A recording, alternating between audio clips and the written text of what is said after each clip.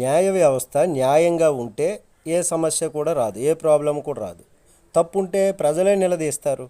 ఒకప్పుడు ఇందిరాగాంధీని దించేసినటువంటి న్యాయ వ్యవస్థ రాష్ట్రాల ప్రభుత్వాలను కూడా రద్దు చేసి రాష్ట్రాల ప్రభుత్వాలను కూడా మార్చేసినటువంటి న్యాయ వ్యవస్థ, రాష్ట్రపతుల ఆదేశాలను కూడా రద్దు చేసినటువంటి న్యాయ వ్యవస్థ ఇప్పుడు ఎందుకు భయపడుతోంది? తాజాగా రిటైర్డ్ చీఫ్ జస్టిస్ గవాయి గారు మాట్లాడినటువంటి మాటలు, సోషల్ మీడియా చాలా తేడాగా ఉంటుంది, సోషల్ మీడియా ప్రమాదకరంగా మారింది. ఎందుకు మారింది? దేనికోసం మారాల్సి వచ్చింది? ఇదివరకు ప్రభుత్వాలను ప్రజలు నమ్మేవారు, ప్రభుత్వాలను నడిపించే నాయకుల్ని కూడా ప్రజలు నమ్మేవాళ్ళు. వారి తప్పులను కనిపెట్టేది న్యాయ వ్యవస్థ, వాళ్ళకి తప్పులుంటే సరైనటువంటి శిక్ష వేసేది న్యాయ వ్యవస్థ. మరి న్యాయ వ్యవస్థ పైన అప్పుడు ఆ విధంగా నమ్మకం ఉండేది.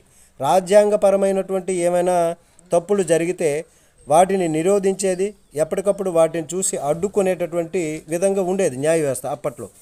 మరి ఆ విధంగా న్యాయ వ్యవస్థ పైన ప్రజలకు విశ్వాసం కలిగింది. మరి ఇప్పుడు న్యాయ వ్యవస్థ విధానము ఎలా ఉందన్నది కామెంట్ చేయాలి. నమస్తే.